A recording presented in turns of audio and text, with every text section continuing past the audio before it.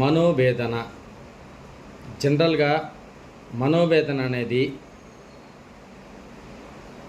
జాతక చక్రంలో విశ్లేషణకు వస్తే లగ్నం ఏదైనా కావచ్చు, ఆ లగ్నానికి 5వ ఇంటి అధిపతి 10వ ఇంటి అధిపతితో కలిసి ఉన్నప్పుడు మనసు అనేది కాస్త వేదనకు గురి చేస్తుంది. లేదా 5వ ఇంటి అధిపతి జన్మ లగ్నాధిపతితో కనుక కలిసి ఉంటే నేను ఎలా పేరు సంపాదించాలి, గౌరవం పొందాలి, సమాజంలో గుర్తింపు రావాలి అనే వేదనని క్రియేట్ చేస్తుంది. అదే 2వ ఇంటి అధిపతితో గాన ఆ యొక్క 5వ ఇంటి అధిపతి గాన వచ్చి సంబంధం కనుక ఉంటే నా కుటుంబము, నేను మాట్లాడే విధానము, నేను ఎలా ప్రాపర్టీస్ని ఎలా డెవలప్ చేయాలి అనే ఒక విషయం మీద మాత్రమే ఆయన ఎక్కువగా ఫోకస్ చేస్తూ ఉంటాడు. దేర్ఫోర్ మనసు అనేది ఎప్పుడు ఇబ్బంది అనేది ఆ గోచార ఫలితాలను బట్టే విశ్లేషణ అనేది మనం చేసుకోవాలి.